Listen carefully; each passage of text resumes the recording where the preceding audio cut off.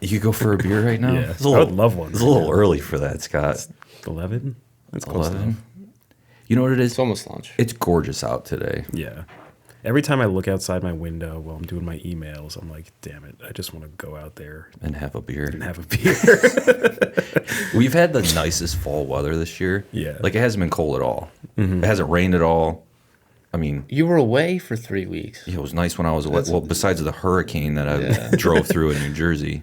But I don't know. But it's been when nice. when I left for my trip, it was like 60s, and then I came back, it was 40. So Okay, for a couple days. But, like, I went deer hunting the other day. It was like Feels good. 72 degrees. I sweat bullets looking into the sun the whole time with a sweatshirt on. It was not fun. And then it got nice, like, right around dark. I am so gassed up for deer season, honestly. just want some rain. I know.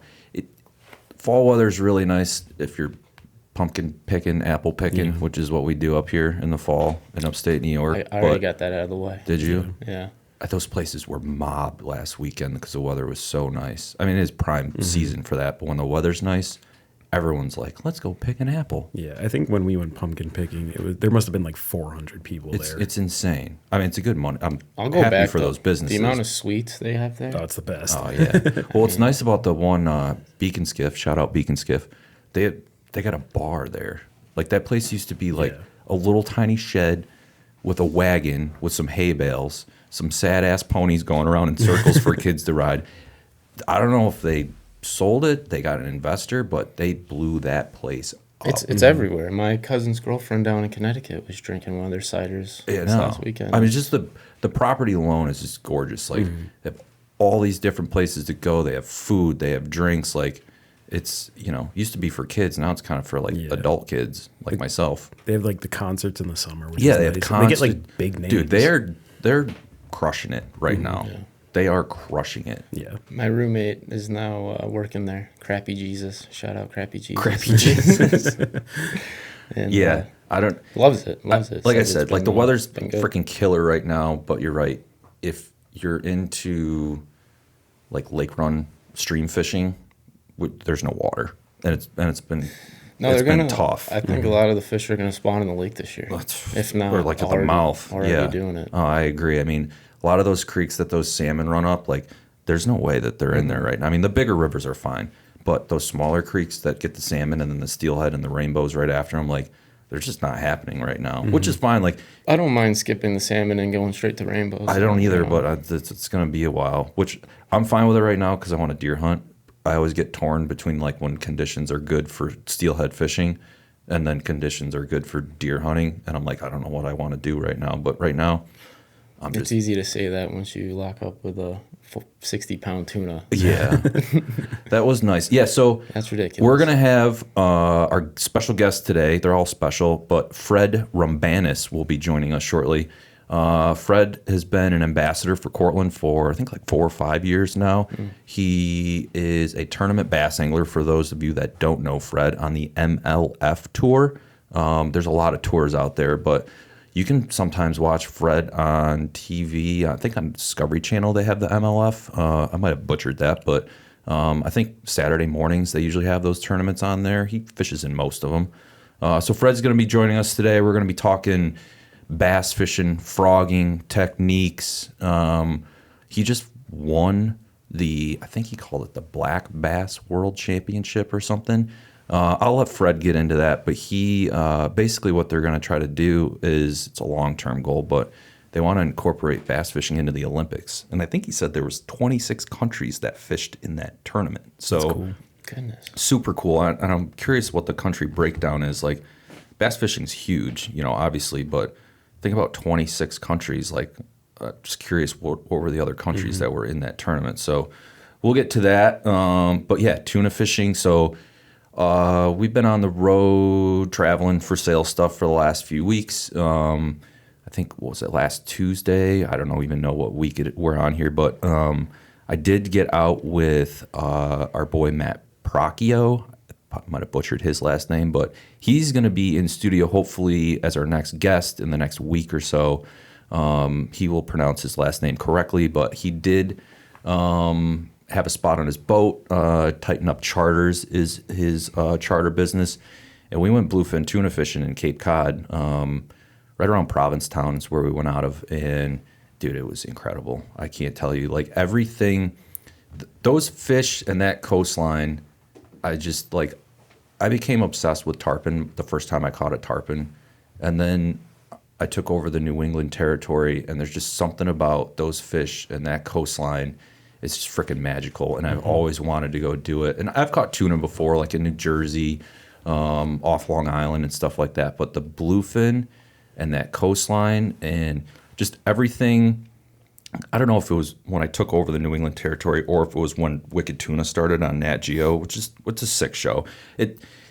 Wicked Tuna, it's like what you actually do when you're on the water tuna fishing, like in that show, like they're completely different. You know what I mean? But I think I became obsessed with those when that show aired. It's freaking cool. They do a great job on the show. But everything I wanted to see in that fishery, I got to see in one day. Like giant fish blowing up bait, hooking up to tuna, just sunfish, dolphins, porpoise, like birds. Not to mention, it looks slicked out. Yeah, and it was, dude, the weather was insane. Like there wasn't a breath of air moving. The ocean was glass calm. You could see a tuna blitz from just miles away. You start looking, binoculars. You didn't even need binoculars. As soon as one broke water, you're like, oh, here we go, we're going. So, it was great. I think What pound test were you using? Were you guys using 65, 80?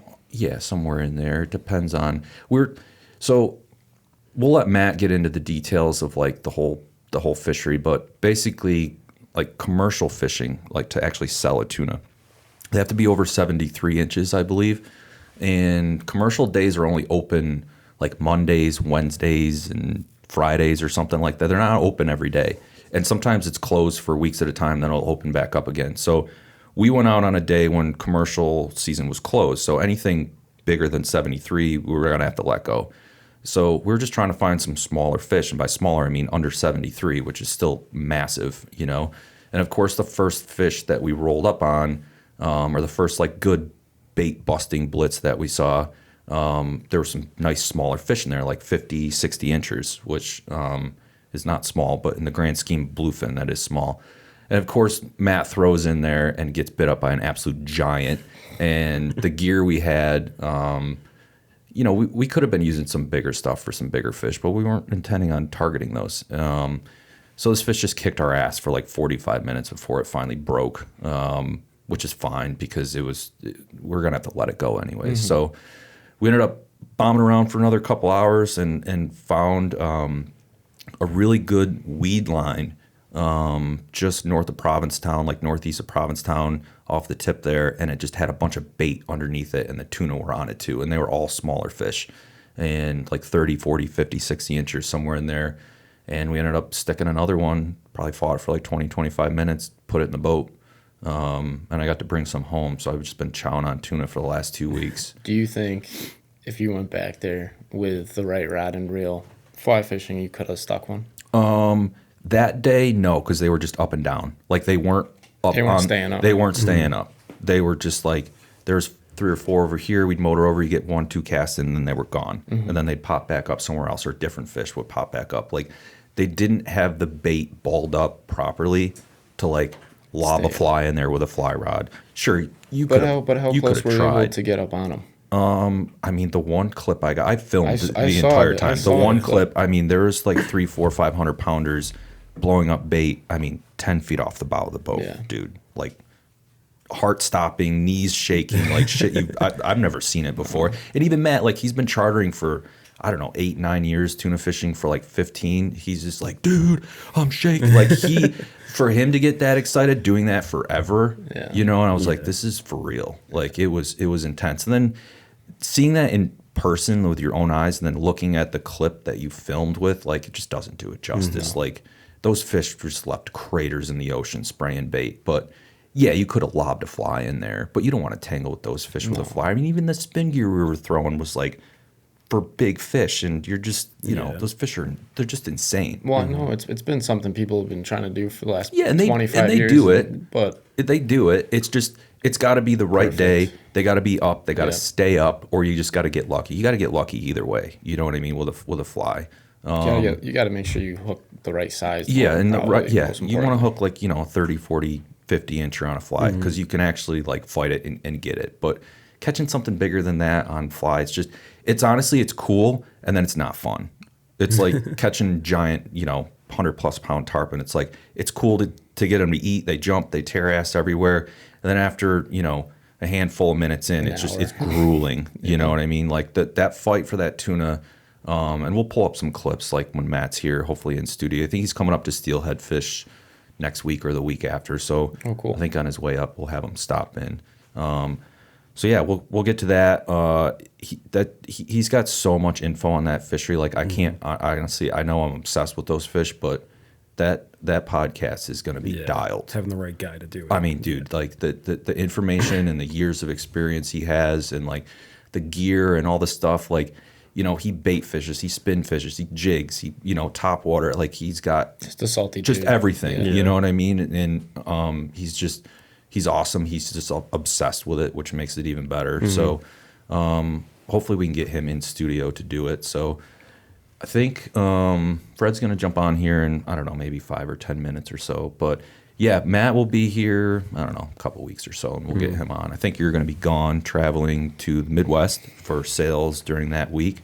Yep. So we'll have Brovey or somebody sit in, maybe Nate Dogg, our that'd be cool. head of the braid department, Nate Dogg. Shout out Nate Dogg. Maybe we'll have Nate in here, just because we'll be talking a lot of C16 and hollow core and how all that stuff works. So other than that, I mean, yeah, dude, the weather's sick. Fantasy football league, which Scotty is not in. I didn't get the invite. I know. Next year you got to get in because we do need more people in our company, fantasy football. But things are heating up. We have 12. Do we have? No, I think it's like 10.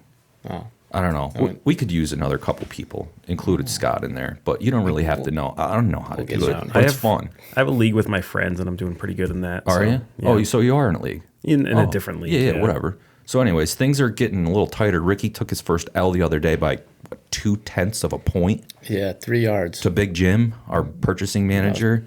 Took me. I was undefeated. I think 6-0. The running back for the Dolphins went on a 3-yard run in the late fourth quarter. First times ever scored over 20 points. Right. For Big Jimbo. I'm Anyways, happy for him. It's getting tight. Guys that were like 0-3 are now like 4-3. Guys that were 6-0 are 6-1. I'm smack dab in the middle of everything. So playing you this week? No, 2 weeks. 2 weeks. I got Chris. I got Pete.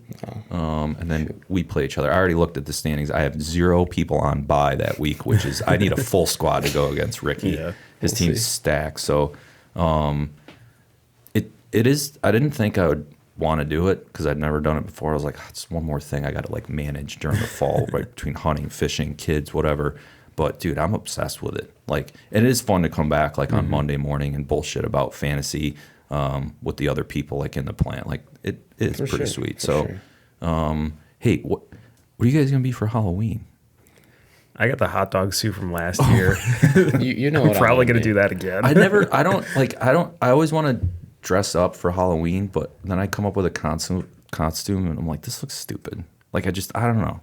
It's not funny. Like I try to be funny and I'm not funny, and I just look like I'm trying too hard. Then I show up to like a party and they're like, "What are you?" I'm like, "I know, it's just stupid." So I just don't. I avoid parties and costumes. I think I'm going Superman like 3 years in a row. Oh yeah, you know, you Superman onesie. Yeah, I don't know. Onesie.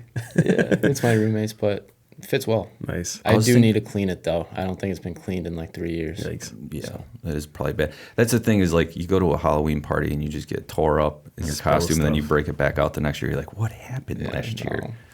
Yeah, I don't know. My kids got a costume. Yeah. You know what we're dealing with there. It's all about the kids, at least for me, as far as Halloween goes. But I would like to dress up. I just don't know. Like I said, I don't want to spend. What are the kids being though? You got to know that. They're like an Anna, Elsa, stuff like that. So you got to be the horse. Yeah, I could be the horse. I was thinking about being Rip from Yellowstone, the big badass dude. So I got to get a cowboy hat. I got to get a black Carhartt jacket, and I got to get cowboy boots. My wife's gonna think I'm a loser. I think it's gonna be cool. Except he's like 6'3", he's jacked, Yeah. he's badass. And think I'm you none should of stick I'm with the none of those horse. things. You want to be a horse? Well, isn't that their sidekick? Oh yeah, it's a there's white horse. Yeah, there's a horse. There's also like a reindeer dude or Yeah, something. maybe I'll be Snowman. Olaf. Oh, the little Olaf, snowman yeah. guy, Maybe yeah. I'll be Olaf. Yeah. I don't know. I suck at those things. Like I said, I try to be funny, and it's just it never comes out right. I remember last year we were here, and everyone all week they were like, "Oh, like everybody's dressing up. You got to dress up." And then I'm the only one walking around in a hot dog suit. Didn't Matt dress up? He wore like a Chewbacca just sweater that he had. Yeah. Yeah, but he wears that every day. Yeah. I don't know. Let's see is Fred. Is he lurking in the background there, Matt? We're gonna get Fred on here in a minute. I think Fred just jumped on, but yeah. So I'm pretty pumped up for Halloween. I'll be honest with you. I do like Halloween. It is fun. We usually take the kids to like a really nice cul-de-sac neighborhood. Drive around with Full-size candy wagons. bars? Yeah, with like a rolling cooler with brewskis in the back. It's fun. If the weather's nice, it's really fun. So I don't know. We'll do that. I think we're gonna get Fred on here in a minute. There he is. What's up, guys? What's up, Hey, Fred? what's going on? How are you? How's it going? Good. Man, Good, look at those trophies in the background. Yeah, we had a good week this last week at the Black Bass World Championship. Yeah, where was that? So it was at Lake Murray, South Carolina.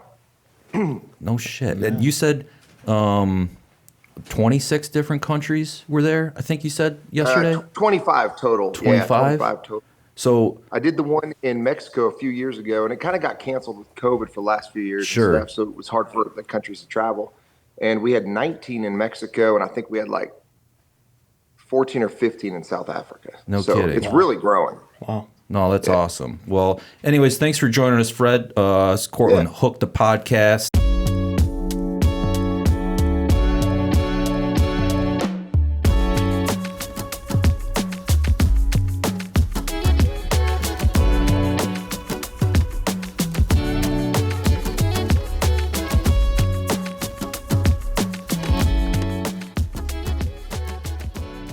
I'm your host, Brooks Robinson. I'm here with Ricky Nicoletti and Scott McCann. What's up? We're just going to Hey, guys. go over, thanks for joining us, man. We're just going to go over a couple things. Want to get into the technical aspects of some of the awesome stuff you do. So for those of you that don't know that are listening, Fred's been a Cortland ambassador for, 4 or 5 years now? Somewhere in there? Yeah. I think about 4 years. Yeah, something like that. Tournament angler, and you're on the MLF tour, correct? Yep, the MLF Bass Pro Tour. Yep. That's awesome. So that tournament you just fished in, I think you said yesterday. So you guys are trying to, I mean, it's a long-term goal, obviously, but basically bring bass fishing into the Olympics, correct? Yeah, and it's funny because, we do the bass fishing competition. It's Black Bass World Championship. But if fishing ever became an Olympic sport, it would be fishing in general because Sure. there are a lot of countries that don't have bass. So depending on where, Olympics are at. I mean, yes, we're kind of pioneering it for that. But if it ever does, it could be, we'll go to somewhere in Europe and it could be carp. Yeah. I mean, it would be a fishing thing in general. So they would need well-rounded fishermen. So I'm sure if it ever became an Olympic sport, they're going to, look for the top fly fishermen, the top, bass fishermen, or however it goes. They may even put saltwater in the mix. I really don't know. But as far as what we're doing right now, it kind of is the Olympics. I mean, Sure. they've got a really good system going right now. They've got qualifying competitions all over the world for these guys to get into. I personally signed a 4-year contract back in 2017. So I don't know. We've done 3 years of it, so I'm pretty sure I got 1 more year on my contract. Who knows? I may get to do it a lot longer. Well, I'm happy with the results from the last one. If that was my last one, that's fine with me. yeah, that's It's awesome. fun. Way to represent. Yeah, way to it would be represent. nice to keep the same team year in and year out, and actually make you go carp fishing, Fred, in Europe. That would be awesome. Or fly fishing, or Right. saltwater fishing. Fred, where were you born and raised? Like where are you at right now? Where were you born and raised? So I was actually born in the East Bay of San Francisco in California. Gotcha. And grew up little reservoir near the house. I used to ride my BMX bike and I'd have my skateboard behind my backpack and my rods in my hand, and I'd go fish, skate, bike all day long. Pretty much spent my entire summers as a kid doing that. And yeah, fishing was really the only thing I never got hurt doing. So yeah, right. But was it mostly bass fishing that you did growing up, or did you do any saltwater fishing? Like what was kind of like your childhood in terms of fishing? Well, it's funny you say that because I did do quite a bit of saltwater fishing out the Golden Gate Bridge, and we fished the Farallon Islands for salmon, and we'd go do lingcod and halibut and all the saltwater stuff. I did that with my dad. I just liked fishing the freshwater a little bit better. I did when I graduated high school, when I was 18 years old, we had an El Nino come up the coast, which brought warm water up, and fish just grow bigger in warm water. So I ended up catching the state record salmon out there, and I didn't go, like, I felt bad because my brother would go with my dad all the time, and I would sneak off to the reservoir and do my bass thing. And I go out the one day and I catch the state record. So I felt pretty guilty about it, but at the same time, it was pretty cool. Does that record still stand, or it got broke? No, but I did get a cool certificate from the Fish and Game and everything about it. No shit. So, That's wicked. it was a pretty neat deal. So you're pretty well-rounded in terms of fishing. When do you start getting into like the tournament side of bass fishing?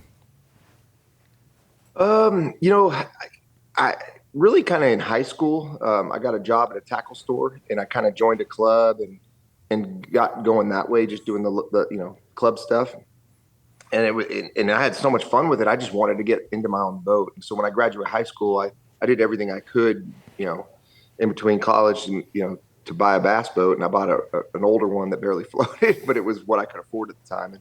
And just started competing. And I had a pretty good tournament right off the giddy. I finished 9th in my first Pro-Am, and I just never looked back since. Yeah, that was one of the things, like, you're pretty well accomplished right now as far as, you're on the MLF. You got a lot of awesome things going in the industry as far as like the frog stuff, which we'll get to. But like, was there one thing that you can put your finger on that was like your breakthrough in the industry? Like maybe it was that 9th place finish, or maybe it was something else that was like, this was like kind of the breakthrough that like got me to who I am today. You know what I mean?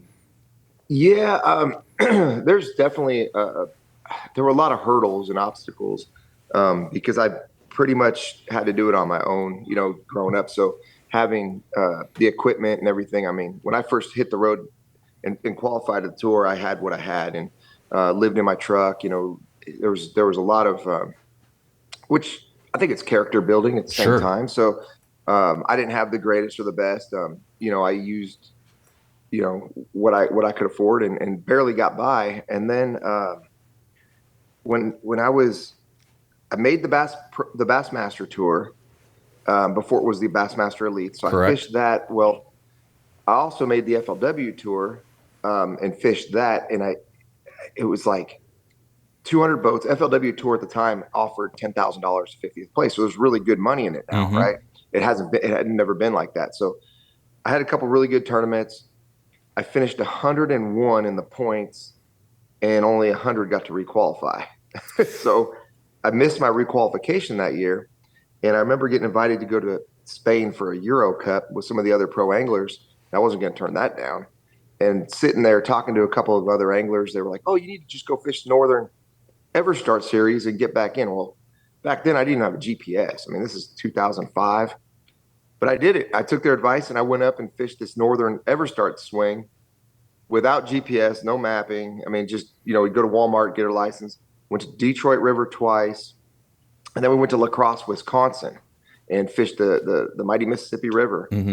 And I grew up in California throwing a topwater frog, which is why I'm so I love the Cortland Master Braid, and we can get into that in a minute. But I went and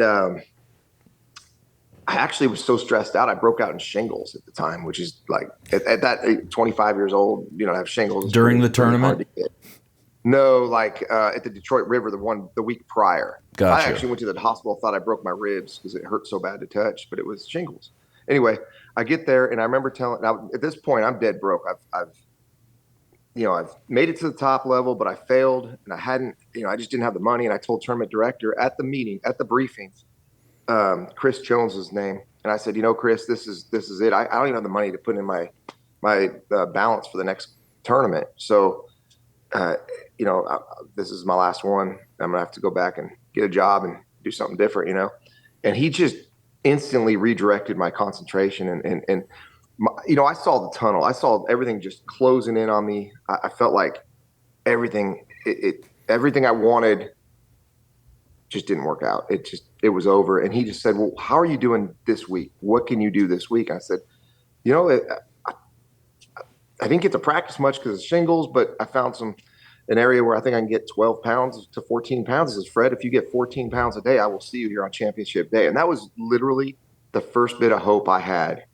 And I had some good tournaments, but you got to be consistent, not knowing these lakes and this. And he said, what he told me that moment, it gave me that little bit of light that I needed and confidence. So I went out there the first day and real quickly I had almost 15 pounds in the boat.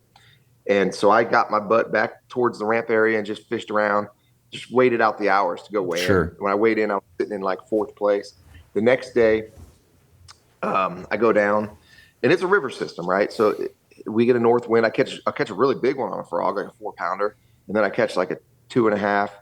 Well, the wind starts blowing really hard, and it blows out all the lily pads, blows everything out. Well, I had one other spot, but I had to lock down to pool 9 and then make a long run up Minnesota Slough into a little pond where I kind of got into where it was just all matted vegetation, where I had a couple of bites. So it wasn't even a guarantee I'd get them.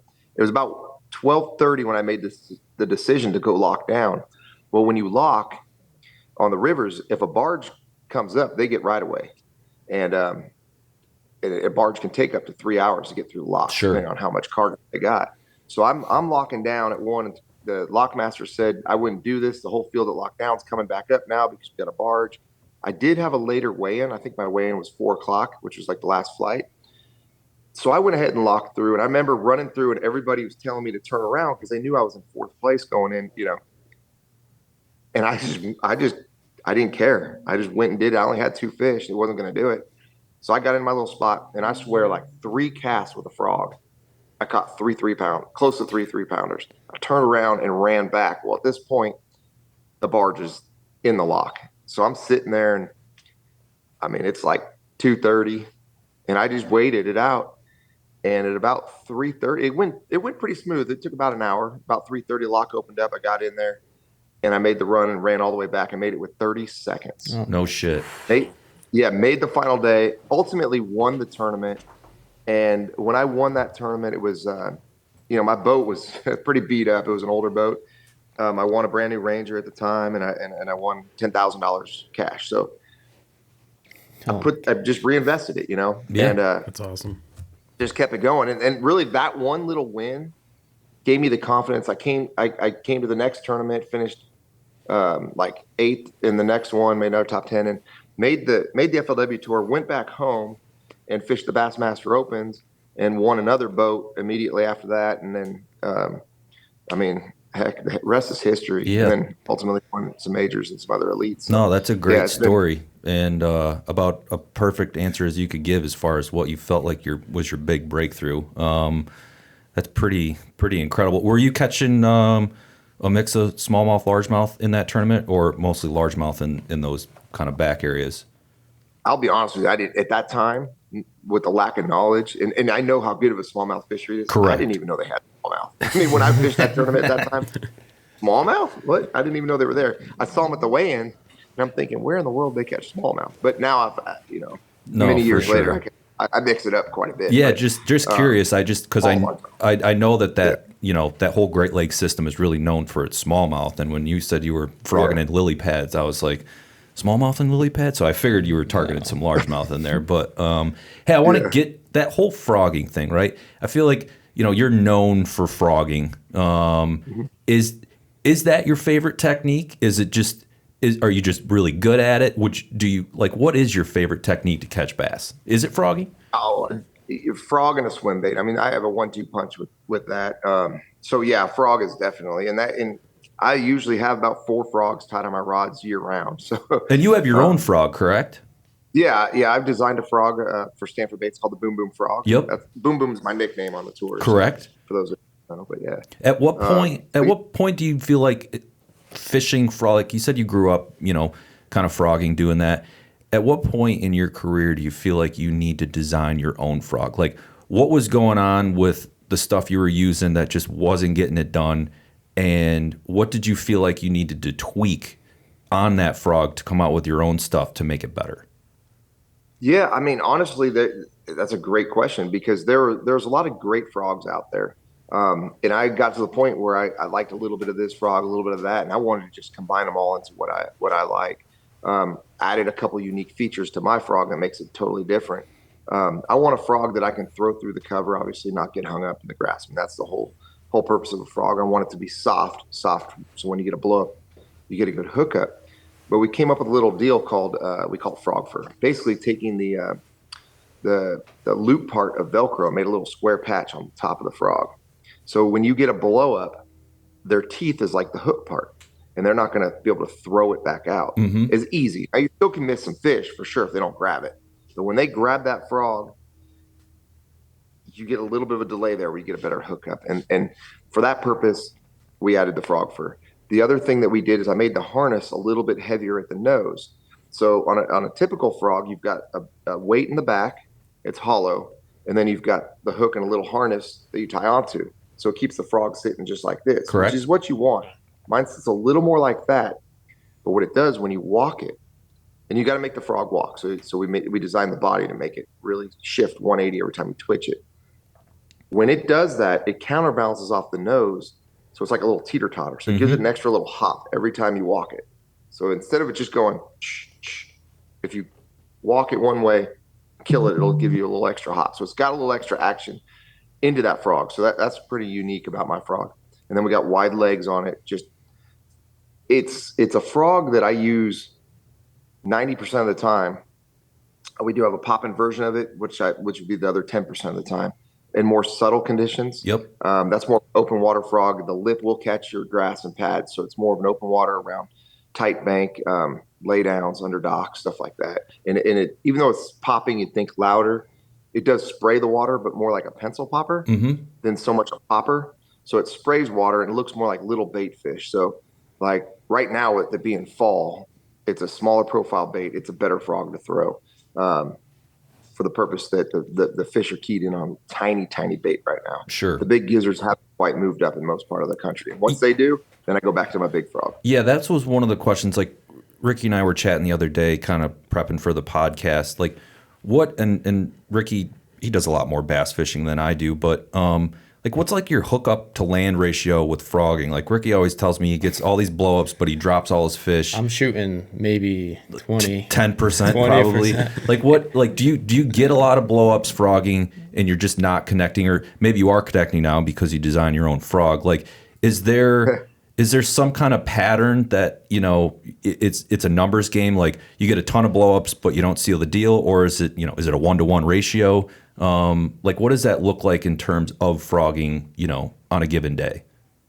Well, there's a lot of things you can increase, your hookup ratio when they do bite them. There's a lot of little things. Obviously, going to braided line, going to your master braid is by far the best scenario when you're throwing a frog. Sure. And I personally like your 50-pound because your 50-pound is by far the strongest 50-pound I've ever used. So definitely having the right braided line and having that's going to help you with the hookup ratio. I would say if the bass actually eats the frog, there's a lot of times there's this funny little weak scenario we got right now where it's just they're just kind of smacking it. They're not eating it with their mouth open. I could watch them come up and punch it, but they're not eating it. They don't eat it. Right. You're not going to hook them. Right. That's really the problem there. So it's become more of a muscle memory to me. So like some techniques and I'm sure, I don't really fly fish. And I know a lot of you guys do. And, you get that muscle memory to know how to get that little fly to where you need it to go. Same thing with me when I set the hook on a frogfish. I look for certain things that are now imprinted in my mind that Correct. It's hard for me to describe. I watch that tail go down.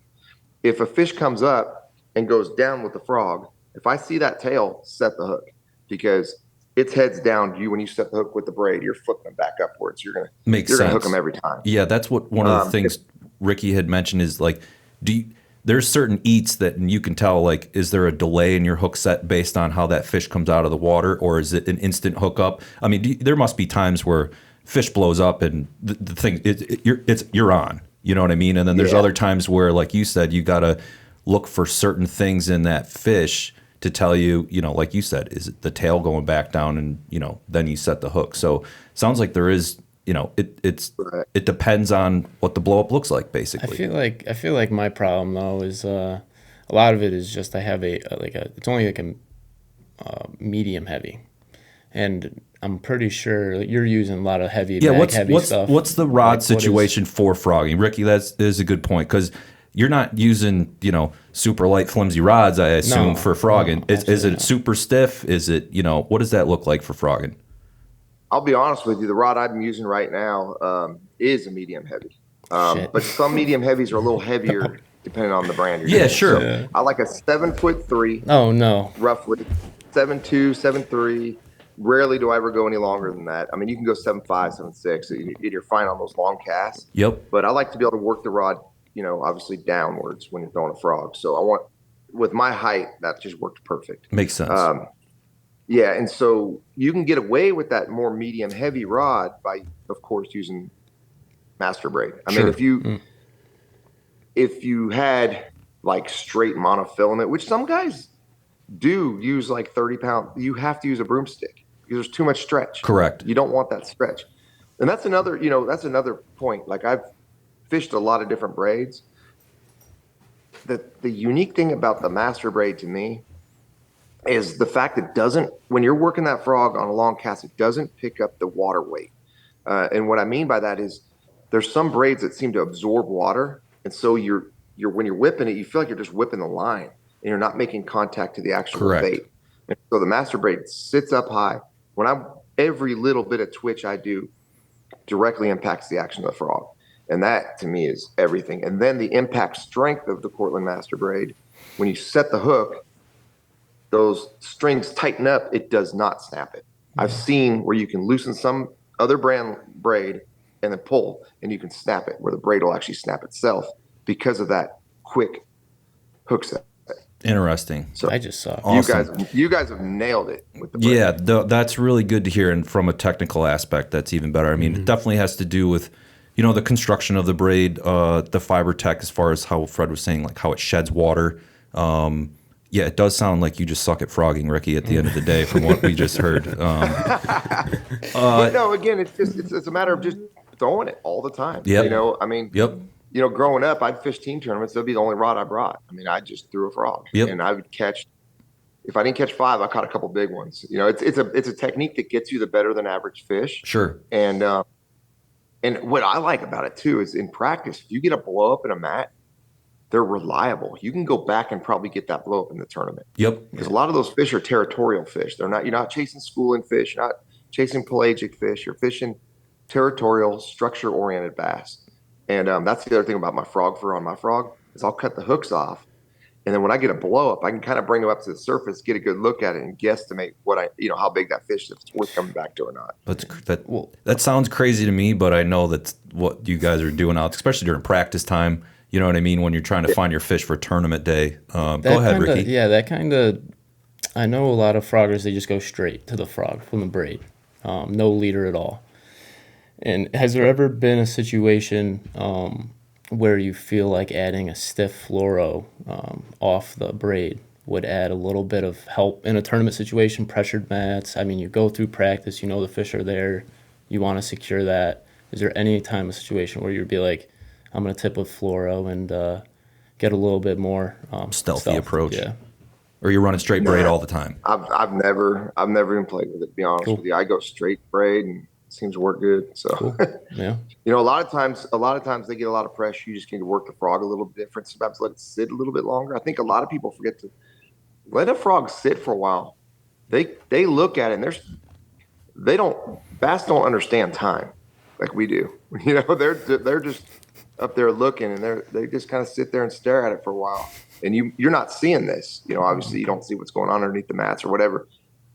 But then all of a sudden you twitch it, and it creates an instinctive action out of that fish, and they'll come up and blow up on it. So I think a lot of times you just have to move the bait a little bit different under pressured fish. Makes sense. I've seen it where I've had to tie frogs on that are super loud and noisy on pressured fish. I remember another scenario. I finished 4th in the Bassmaster Elite at La Crosse, Wisconsin, several years ago, and I fished a big community mat with 20 of the other pros, and I became the last man standing in that mat, and we were all throwing frogs. I mean, there was nobody was doing anything different. We were just all chucking frogs across the mat and getting blowups, and I just, I was the last man standing it. But what I did is I would race it really fast, and then I would kill it and just let it sit there for a long time and then race it really fast. And I think my cadence that I figured out, and the fish will always tell you when you get a bite on a frog, whatever you did to make him strike it, try to replicate that throughout the day, because that's probably what they're all reacting to. So I think I just picked up a cadence that was different than everybody else, is why I caught him. Makes sense. Yeah. Fred, you got to switch it up technique wise, if something's not working. Like, when do you feel like you call it quits? Like, are you going straight for the frog every place you go? Are you looking for spots to fish that you can throw that frog every place you fish? Like, so I guess my question is, like, what do you look for in lakes, waterways, whatever, when you decide to pick up that rod for frogging? Are you targeting, mats, lily pads, drop offs? What does that structure look like in the lake where you're like, I'm going here and I'm frogging this? Yeah, and I'll be honest with you, I have a frog tied on, like I said, year round. I mean, it's something I always have in my rod locker, whether I pull it out or not. That's dependent on what you're asking. If I get to a lake and it's got lily pads, if it's got grass, emergent vegetation, reeds, anything shallow, I'm gonna have a frog tied on. If it's the time of the year where majority of the fish are probably deep, I'm definitely going to go look for those schools, because it's hard to compete against a guy on schooling fish. Yep. When you're picking up those individual fish that they're still always fish shallow. And I think now when you see everybody with like the live scopes and the forward facing sonar, those shallow fish aren't getting as much pressure as they used to. So I'll probably be frogging more in the future than I have even in the last couple of years because of that. Yeah, no, you're right. That's interesting. When the industry, I don't say the industry, but those techniques kind of like come about and guys start focusing on that, you find that there's certain techniques that aren't getting focused on, and that's when you can kind of survive and just be different. I mean, are there certain weather conditions that are better than others? Like, I assume probably after a pretty hard cold front, maybe frogging doesn't produce as much as hot and humid weather, or does it not matter? No, it absolutely does. I mean, you got to watch that night temperature. That's the big thing. I mean, if that night temperature drops dramatically, it might be a later in the afternoon deal. That water temperature needs to be I'll start catching them. I live on a river system, so I'll start catching them at like the high 50s, early spring, and it'll carry me pretty much through the fall. But once you get into the fall nights and they start really dropping, they're longer nights, cooling off, the morning frog bites, you might have a quick window just as a morning bite, but it dies till about 2:00. And so I've learned over the years, and still stubborn about it, but not to throw it for the most part of the day until about 2:00 this time of the year. And it pays off. I mean, there's been many tournaments at Clear Lake where I've thrown the frog all day at Clear Lake, California. I've thrown it all day long, catch maybe one in that morning little window, and then that 2:00 window comes and I catch 24 pounds in a big bag of the tournament. So and I never even tried to pick up another rod. And now after all the years of experience, it's like, okay, let's put the frog down. Let's do things that you can catch fish on when it's not ideal. Yep. Not saying you couldn't catch them, but you can utilize that time for different techniques. Agree. Well, I know. So, Fred, you said your 1-2 punch is the swim bait and the frog. And anybody that kind of loves throwing frogs just loves topwater, the visual, just everything about it. So, are you, when you're not getting the action on a frog, you're in a tournament, you want to throw top, how often are you switching to spooks? How often are you going with a different type of popper, maybe And now they got the Chapo, they got the Whopper Plopper. Is there Yeah. for smallmouth rivers and lakes where you want to throw top and you can't throw a frog? Yeah, the Chapo's fun. The Chapo is a fun bait. I mean, if there's a breeze, frog's really not the way to go, unless it's, got some mats or something. Sure. But if there's a breeze or if the fish are keen on windy open points, I like to get a walking style bait, like I'm a little stick, which is a pencil popper style bait.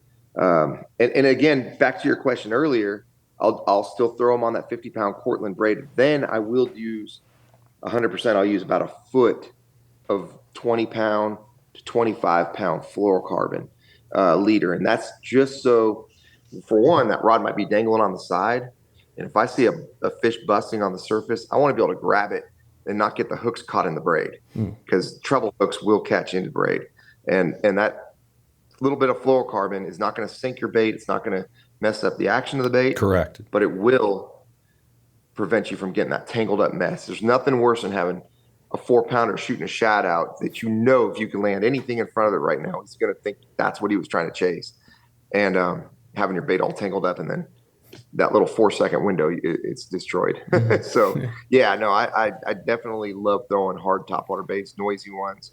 The Chapo is a lot of fun. The Whopper Plopper, that style baits, covering water. I love just a regular buzz bait.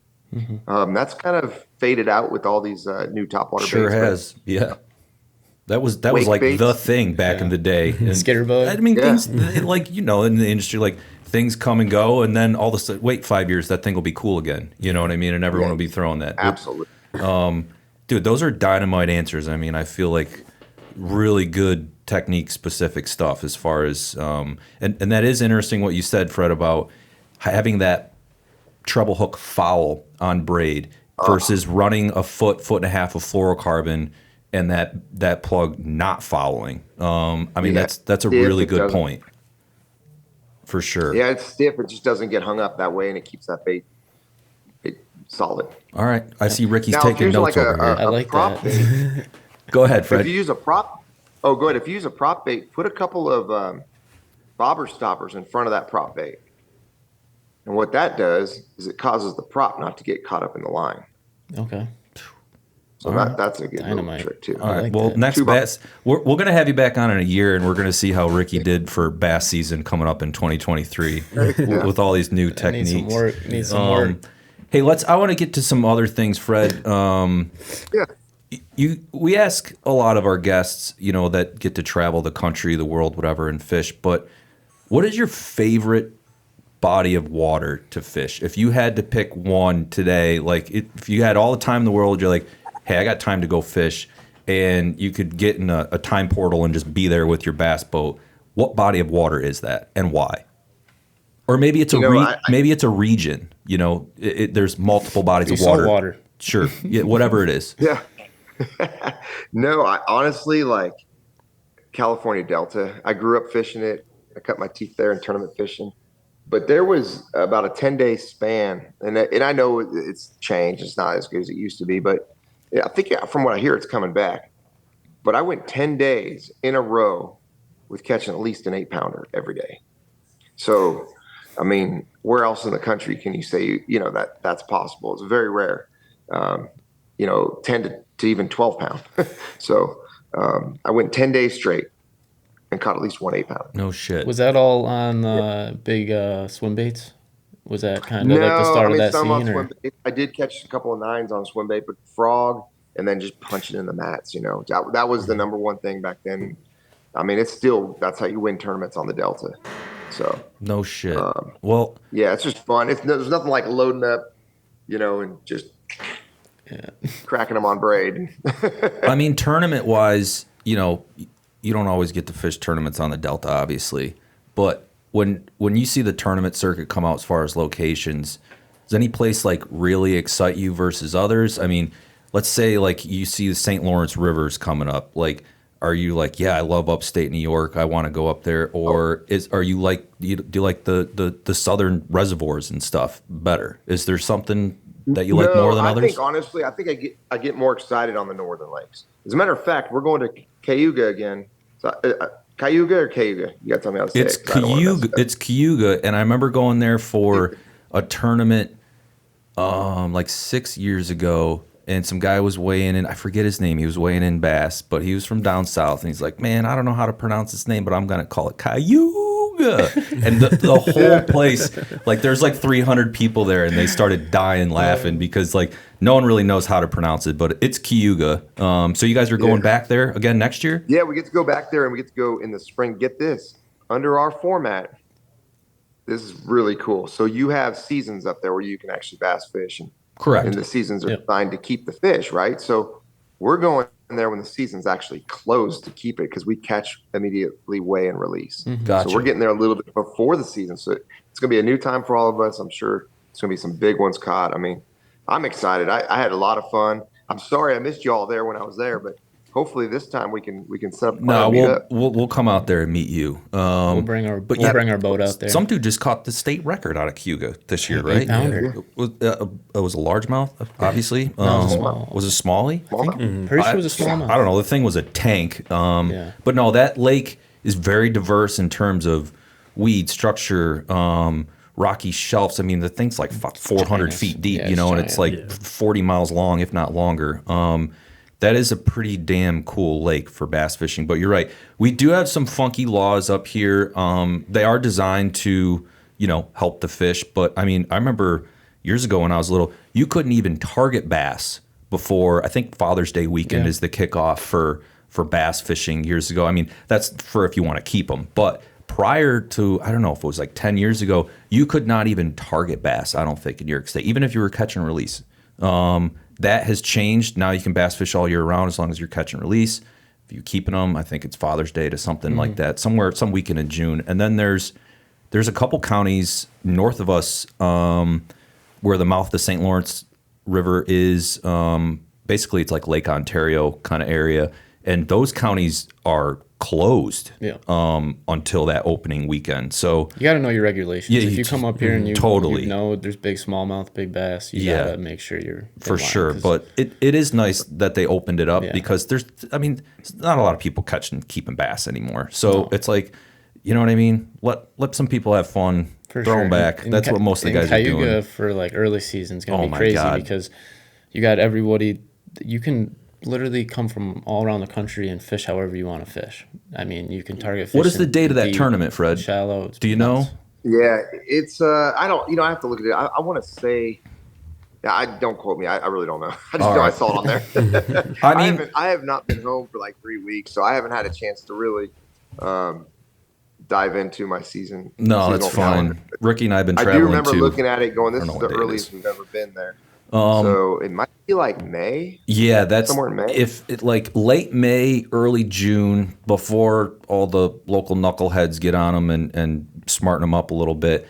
Like bass fishing up here in upstate New York, if you get the right stretch of warm weather in late May and early June, it's just freaking lights out fishing. Like it doesn't matter what you're throwing, you're getting pre-spawn. Yeah. I mean, the smallie fishing is good, the largemouth fishing is good. They start to move into the shallows a little bit and get really stupid. But yeah, if you get a good stretch, I mean, it could also be freaking snowing here in late May, by the way, Fred. So come prepared with a nice warm jacket. Yeah, no joke. If you get a stretch of nice weather during that tournament in late May, early June, I mean, there's going to be some fat bags coming in. 6-pounders. Well, I guess not bags because you're letting them go. And that's the MLF, right? And the circuit? Yeah, so we just announced just a couple days ago, we went from unlimited fish catch, under the catch weigh release. Yep. So to 5 fish. So now we're doing 5 fish next year under the catch weigh release. Correct. Because it's more of a universal tournament number. Yep. And I think it just, people want to see what our best 5 are versus total weight. Our best. You can catch 40, 50. So that's what we're doing. We're going to, the cool thing about Major League Fishing and the Bass Pro Tours, there's a lot of influence through the anglers and a lot of say there. So I think, I'll fish anyway. I just love fishing personally. Right. So it doesn't matter to me what we do, however the format is, I'm going to do it. But they feel that this might be a little bit better for the overall, because globally 5 fish limits what correct people are accustomed to. Yeah, it's evolving. All those tournaments evolve and try to make them more interesting. I think that's actually a great concept too. So it's unlimited fish, but you're only weighing in your top 5 on the catch release format. Right. Gotcha. Yeah. So yeah, you'll just kind of. No it'll be calculated in. Gotcha. I love how make they it do easier that to too. balance them and all that stuff. Exactly. The way I'm release them, Yeah. he's got it calculated on the official will figure all that out. I don't want to worry about it. Yeah, I guess there's going to be times where you got 5 nice fish and you catch a dink and you're just going to throw it back because you know it's not going to beat your other 5. You know what I'm saying? Sure. Mm-hmm. Yeah, and I don't know. They may want us to weigh them anyway. That's but yeah, true too. I don't really know. That's a good question, actually. All right. Well, yeah, we will see you there whenever that tournament is. We're going to rent a giant party boat and travel around and harass you while you're out there. We'll be drinking beer, Okay, but watching you just trust fish. everybody else too while you're doing it. Oh yeah, no. Trust. Yeah, we'll see you at a distance with binoculars. You guys can totally follow me around. Well, we'll be on a giant party boat that's way slower than your catching bass lake boat. trout Yeah, like we'll be jigging 100 perch feet away. a couple hundred yards away from you while you catch bass. That's Sweet. awesome. Ton of sick information, Fred. There's a couple last questions before we let you go. Like, what are some of your like remaining career goals? Like, you've been pretty dominant in the bass fishing. You've been doing it. You got this tournament, that tournament. Now you're in the MLF. Like, are there some goals that you have that you haven't accomplished yet that you want? Yeah, I mean, I want to win a championship. I've had some good runs. I've caught big bass at the Classic. I'd love to have an opportunity to win Red Crest. If I finished 5th back in 2019, and if it was under the 5-fish format, I'm pretty sure I'd have won it. But anyway, yeah, I mean, I want to win. I haven't won a Major League Fishing title, like other than the daily round in the cups and stuff like that. I've won those, but I've not gotten a big red trophy yet. I've got some blue trophies from Bassmasters. I'm ready to get one of those. So I'm going to work hard till that happens. And hopefully win a few of them. But the other big goal is my son is 15 years old now, and he had just won a kayak tournament. I saw that. As a professional kayak tournament. He's too young to compete in any other leagues other than high school tournaments. So it's pretty neat that he jumped at, and I didn't even know he was going to do that, to be honest with you. I knew he was getting a kayak from one of the pros. I was giving him a discounted deal from a Crescent kayak. From Drew Gregory. I don't know if you know the name, but he's pretty dominant force in the kayak world. And he got this deal on a kayak, went ahead and signed up for the tournament, and lo and behold, he won it. That's awesome. Caught his first bass ever in a kayak the first day of the tournament. Wow. So there's a lot to it. I mean, his first fish, he couldn't even get measured and taken a picture in time before it flopped in the water. So he went through some obstacles, but it's pretty much a miracle the way that worked out. I still can't believe it, but he's now fishing a championship, but he really wants to, chase the pro fishing. He's really good on a bass boat. He won Angler of the Year 2 years now in the youth and a second place. So is like the next 10 move tournaments overall. Is the next move for a young angler going to college and bass fish? Like, is that kind of that's definitely an avenue. And I know he's got some colleges wanting to, recruit him right now. I could see him doing that, but I think at the same time, he's still going to fish the lower level pro tournaments. Right. So if it's allowed, once you get, and I don't think, because most fishing, I think it's not sanctioned like NCAA or whatever it is, where you can't collect money. So I think in the fishing, I got to look at all that, so don't quote me on it, but I'm pretty sure there's other kids that are doing that. Well, now you got the whole NIL name, image, likeness thing going on in the NCAA, so I'm sure there's some runaround that you could do for that. At what point do you think people are going to stop calling you to come fun fish and start calling your son to come fun fish because he's going to surpass you as an angler? Already happening. Oh, it's fun. No, I know. We get a kick. Yeah, I don't know. I mean, he's definitely making a name for himself, and I'm just, I mean, that's awesome. So yeah, look, for sure. I mean, cool. Like you I'm said, gonna keep chasing bass. He's gonna chase bass, and winning that hopefully we'll do it together one day. Winning that trophy, an MLF tournament. I'm sure that's you want to do it, but I'm sure at the same time watching your kid just absolutely crush it and win tournaments himself. I mean, it's got to be just as good of a feeling at the end of the day. It was unbelievable. I just sitting there, nobody knew when we went to the briefing if he won or who won. They just knew that he was getting a check because he had to fill out a 1099 for the first time in his life. And, at 15 years old, winning $8,000 in a tournament. That's pretty dang. I look back on it, I'm like, you know how many summers I had to work like yards? And Bro, I would take that right now. I'm 34. Dude, right? So I'm like, man, he's off to a good start. That's awesome. Well, anyways, Fred, thanks for jumping on. A ton of good information. People are going to eat this up. I'm sure people will replay it multiple times and go through all those techniques with the frogging stuff. Keep kicking ass with the Master Braid. Let's chat about when that tournament is on Cuga. So we'll be there for it. Like I said, we're going to rent. Shoot you a message. Yeah, we'll rent a big party barge and take the whole company out there for mess up all the other anglers for you. Anyways, all right. Stay in touch, man. Thanks for jumping on. I really appreciate your time today. Thank you, guys. All right, have a great day. See ya. Fred Roumbanis, everybody.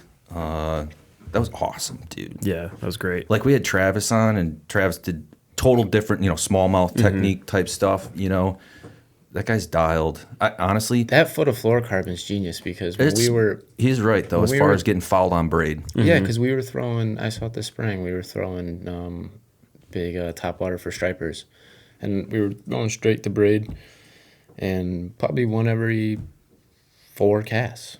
Foul. 3 casts, foul. Yep. And then you're reeling it in from 100 feet out, fouled. Yeah. Your fish are blowing up. You're like, now I know. For Taking sure. the time to untangle 40 and stuff. A foot of 40 pound, 30 Just a pound? foot. Yeah, it's genius. No, Fred's been awesome since he's been. Honestly, the first time we signed up Fred, I think I told you this.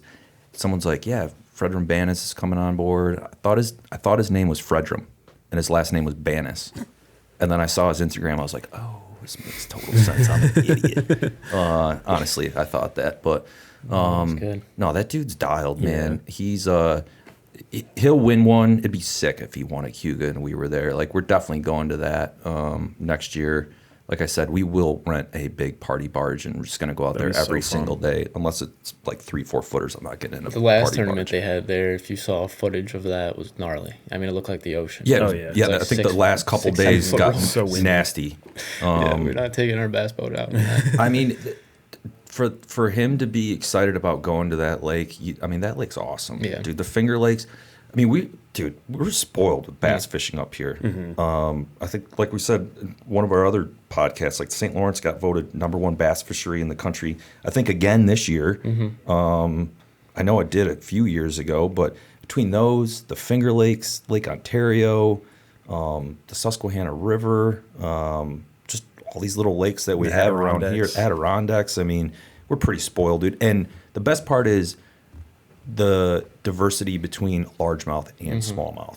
Like Each one of those lakes has it both. Yeah. Yeah. For the most part. yeah, you just go to a different part of the lake and you're in largemouth. You go to a different part of the lake, you're in a smallmouth. And not many places in the country have. I mean, the northern lakes do, obviously, but you go down south, it's mostly largemouth.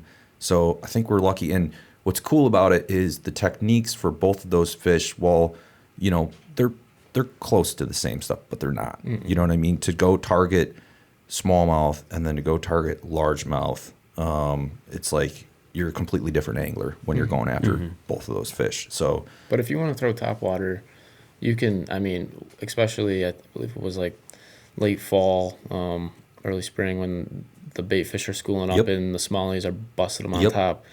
That's what you would do if you wanted to throw topwater. I at love that throwing point. walk the dog So, topwaters you can do both. in It's awesome. 2-3 footers for schooled up smallmouth that blow up. It is freaking sweet. I remember the first time I fished Skinny Atlas Lake, which is another one of the Finger Lakes for bass, topwater. Our coworker Chris was like, just wait. Like when chop comes, the bass will hit. And like slicked out, fine. Freaking $40,000 boat zipped by me on my kayak. First cast, like walking my dog in a chop, and boom, got my first fish. They get I'm like, stupid what with the the chop. hell? Yeah, it's just they like, turn on. and the water's so clear. You're like, how does that fish even That's know also part what's of going it. on? I don't think But people understand, like those Finger Lakes, specifically Skinny Atlas, which is like 20 hard. minutes away. You can see 50 hard. feet down in the water. it's hard. It's that clear. You're So jigging for lake trout in 100 feet of water, and the fish move immediately after you hook one. exactly, They like know. it's your technique's got to be dialed. It's a tricky fishery. Well, that was awesome. That's He's good. freaking sweet. He's a super nice dude, and I bet his son's gonna crush it too on the tournament circuit when he gets up there. Got to check out that Boom Boom frog. Oh yeah, boom boom. I got That one of the frog boom fur on it. frogs. Sounds I should cool. have asked him like what, like they call him Boom Boom. Is that the name of his frog? No, Boom it's the Boom? name of him. What's Boom Boom? He Boom said Boom's that's his nickname. I know, yeah. but why? Because he's boom boom. Like your name's Ricky because your real name's Richard. You know. He's probably just yelling boom on the water. I don't know. Every top water he. I'll text him. We'll ask him. All right, let's get to our last segment. Scotty Too Hottie in studio. Scotty's got a handful of customer questions. Scotty is the front lines of Cortland customer service, so Scotty gets just dumped on with questions. But broken rods. Lots of broken rods. line Shipping questions, address. technique questions. People asking Scotty, "Hey, where should I fish in Wisconsin?" He's like, "I don't know." You know, Let's throw it on the podcast. I tell you what, doing customer service for like a handful of years, you get dialed as far as fisheries, fish, seasonality, techniques, Lines to use. lines to use. I mean, you end up like, Meet cool people. even if you're not into fishing, you become like, I remember Lisa that worked here. Shout out Lisa. She worked here for like 5 years. She didn't fish at all. She wouldn't even know where to start. But after 5 years, I heard her on the phone. She's like, "Oh yeah, you like to use a 3-weight with a 3-weight line." I'm like, holy shit! Like, she, you know, it just gets ingrained in you after you deal with so much stuff. So, all right, let it do you rip, got? Scotty. What do you got? All right. First one's from Arthur. I'm preparing a setup for next tarpon season, and I'm torn between gel spun and C16 for backing. Any advice on choosing between the two? Okay, so the C16 hollow core fly line backing that we came out with, I think like 4 or 5 years ago, that is a hollow backing construction for those of you that don't know. And the gel spun is a solid backing, meaning the weave is very tight. The hollow construction, it's like a finger trap puzzle. I think we've covered this in some of our other things, but that specifically, the braid will actually open up and puff up a little bit. There you go. And you can insert the fly line inside of the braid construction. Yeah. Usually guys serve it up like, I don't know, 3 or 4 feet, and then they finish off the juncture where the braid and the fly line meet together. So depending on if he, if he wants a knot going through his guides, like you're going into your backing, tarpon fishing, especially on bigger tarpon. What's nice about the hollow core backing is there's no knot, right? So using gel spun, some guys do bimini twists. Some guys, there's a bunch of knots you can use with solid backing. I prefer the hollow core backing just because it's so smooth going in and out of the guides. And there's times when I have tarpon fished where that connection between the backing and the fly line has gone through my rod tip on the same fish multiple times. It's just that those fish take runs. Sometimes you're just, depending on who's driving the boat when you're hooked up to a good one, that juncture is really important when it comes to tarpon fishing. So me personally, and I know we've discussed this before, stepping your backing game up to the hollow core stuff for big game fish like tarpon, I mean, it's really a no-brainer. Can't cut you either. It's very smooth. Yeah, yeah. I mean, it's the smoothest backing option you're going to get in the world, like the basically. Lambo I mean, of braid. don't get me wrong. You touch braid ripping off your drag when a tarpon's doing 100 miles an hour, it's going to burn you. Yeah. You know what I mean? But you just don't want to touch any of that at the end of the day. But yes, that hollow core backing, I prefer it. I know Ricky does because there's no knot involved. Now, finishing that juncture where the braid meets the fly line, there's a few ways you can do it.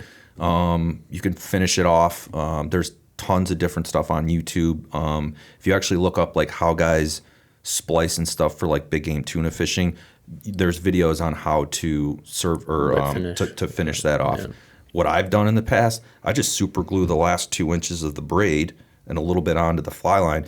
And once you draw out the slack and you tighten that down, like once it's tight, the harder it pulls, the tighter it cinches down on the fly line.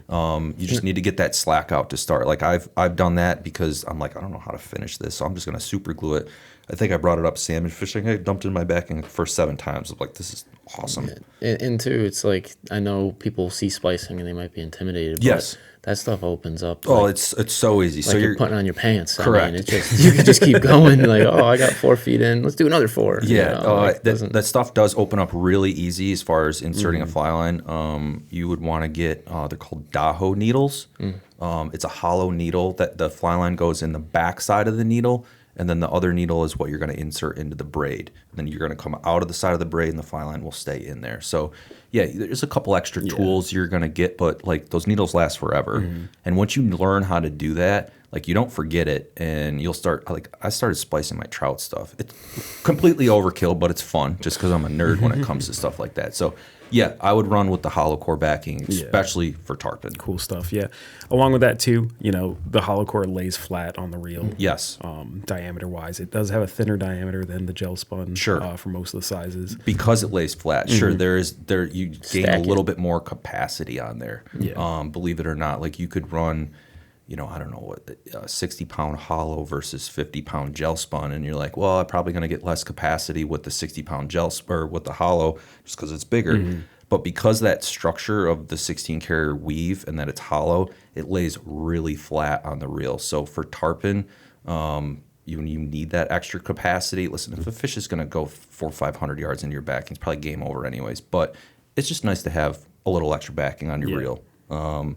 Make sure you get on the motor if you actually hook one and it does go that far. All right, next question, Cool. Scotty. Thanks. Next one's from Mark. What is the usual turnaround time for online orders for people ordering stuff through our website? All right, go ahead, Scotty. Yeah. I usually like to say, you place your order. We'll probably get it packed up and ready to go the next day from when you place it. Yep. And then I say usually about 3 to 5 business days with standard shipping. We do have options available for expedited overnights, second day, whatever. A little bit of an extra charge, but not too bad. With international orders, I usually say probably about 3 to 4 weeks till you get it, depending where you're going. Correct. So, Well, so I guess it depends on when they place the order, Yeah. right? If we get the order at 9 in the morning, it's going to go out back, probably get worked on right away. yeah. You get the order at 3:34 in the afternoon, probably going to get worked on the next day. I think that's pretty standard. Yeah, I've noticed too, we are very quick with getting orders out the door compared to when I order anything else online. It takes I other agree. companies a couple of days. Sam and Margaret So- out back crush it. Yeah. Those girls crush it as far as those type of orders. Actually, our whole shipping department does a really good job. Yeah. Thankful for them. All right, Scotty, what's up next? Next one's from Thomas. Could you give me a fly line recommendation for a fiberglass 3-weight or 4-weight fly rod? I'm thinking. Okay, so fiberglass, generally speaking, are a little softer rods, right? You're not talking about an ultra stiff, fast rod that might need to be overlined a little bit, depending on your casting skills. Fiberglass rods are traditionally just a little softer than stuff. So number one is true line size. You definitely want to just stick with a true line size. Like make sure that you understand grain charts, that your 5-weight is 140 grains, your 4-weight is 120, and stuff like that. And you can see all that, on our website, and there's tons of information. But I think fiberglass, depending on what he's doing, you know what I mean? Is he going to be throwing streamers on a fiberglass? Is he going to be throwing dries? Definitely dry flies. Probably, dries, or wets or something like that. A lot of streamer guys just end up sticking to a little bit faster rods. The flies are a little bit heavier. Sometimes you're throwing sink tips. So I'm going to assume he's doing more dry fly, wet fly type stuff. So I would stick with something with a little more, subtle taper as far as not being as aggressive. We do really well with the Classic Series silk lines for fiberglass rods and bamboo rods. They have a little bit longer front taper. The Spring Creek in the Classic Series is also a good one.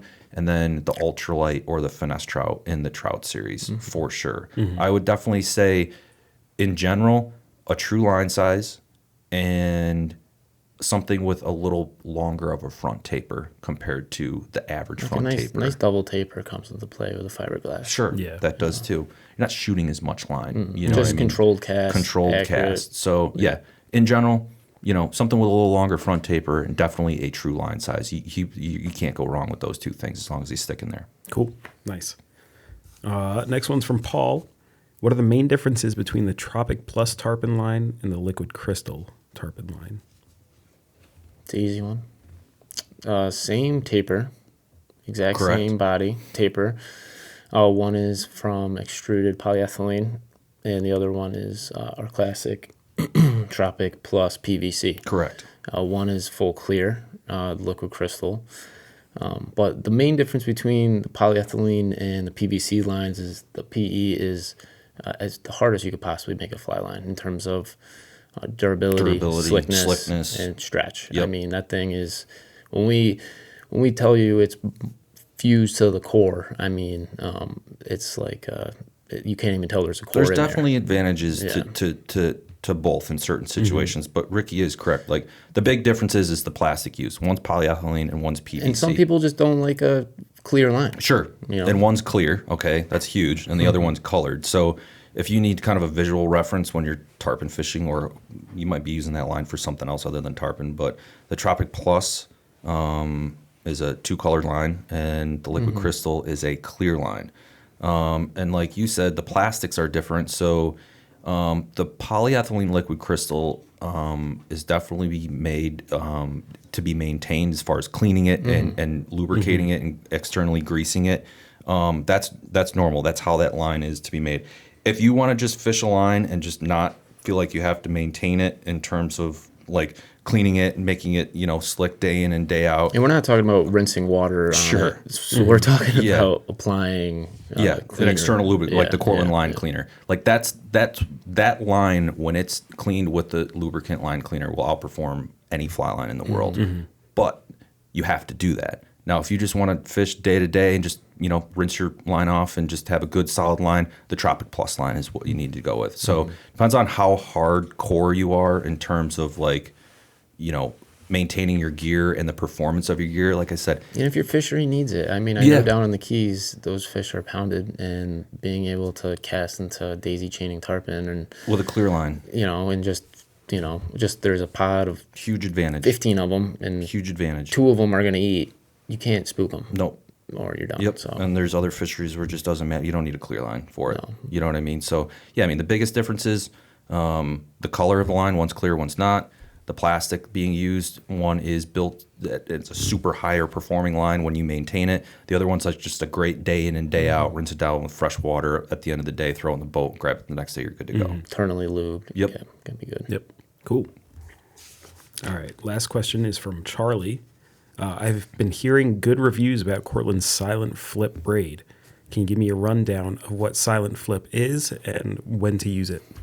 Well, Silent Flip, as far as structure-wise, is actually it is a concept that actually came from our hollow core, our C16. So Silent Flip is a 16 carrier construction of braid, and it lays flat. Like most braid, solid braid is a very tight weave. And for guys that fish braid, they probably notice like you can hear the noise of the braid in the guides when you're retrieving like a jig, a lure, whatever.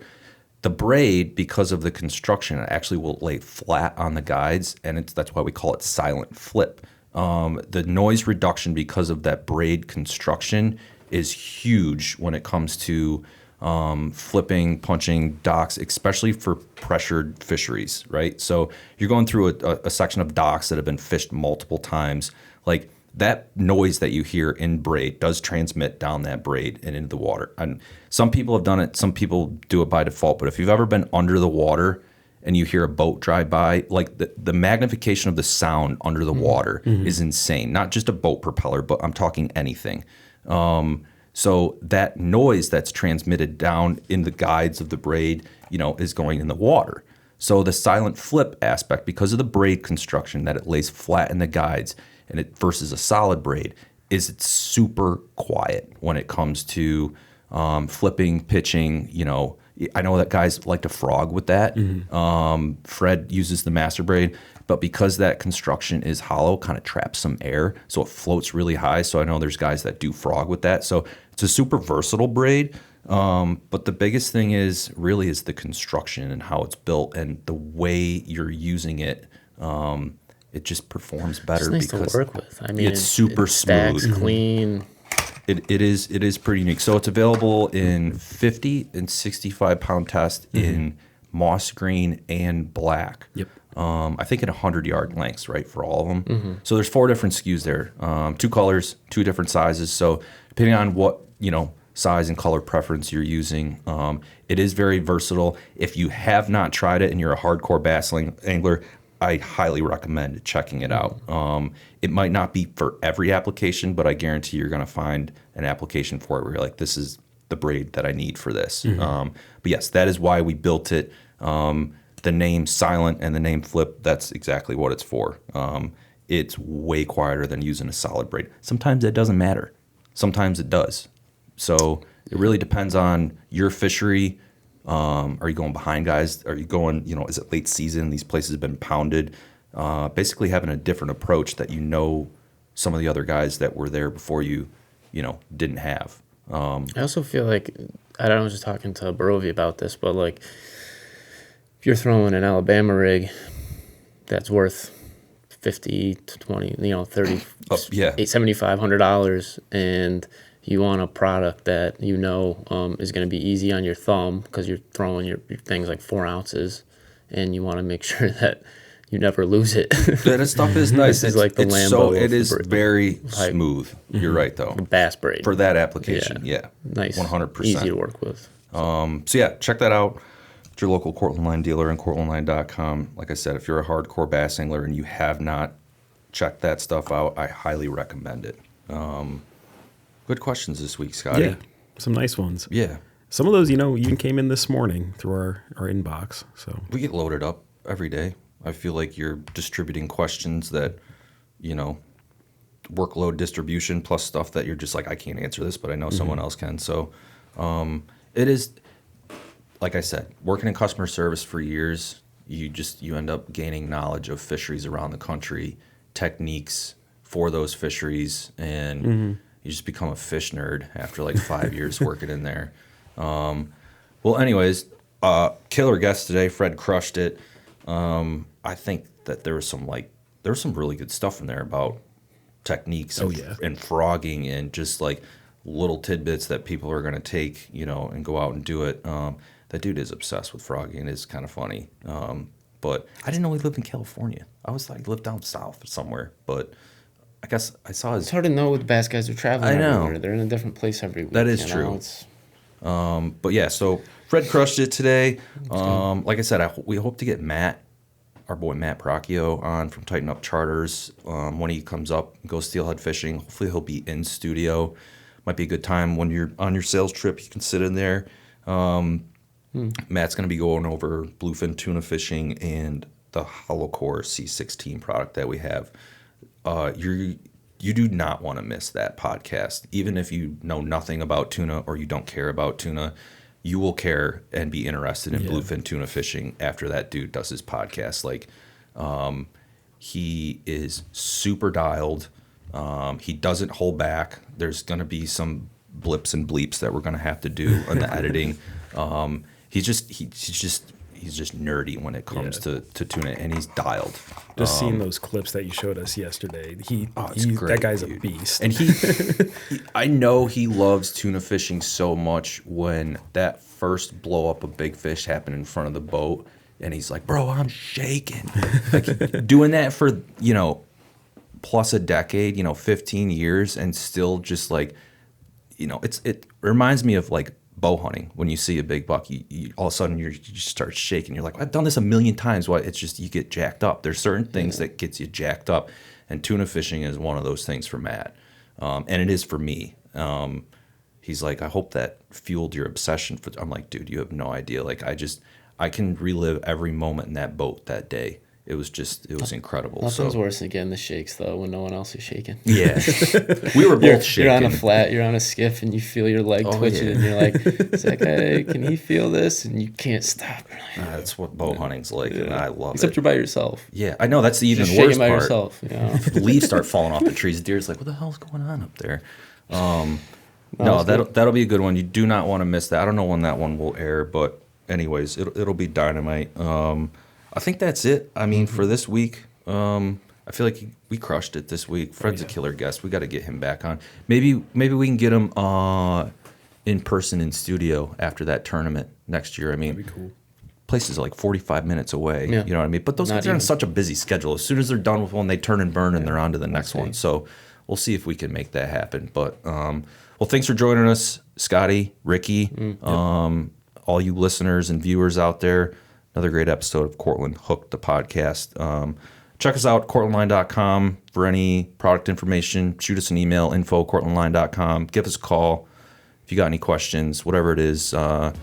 Thanks for listening, and join us next time.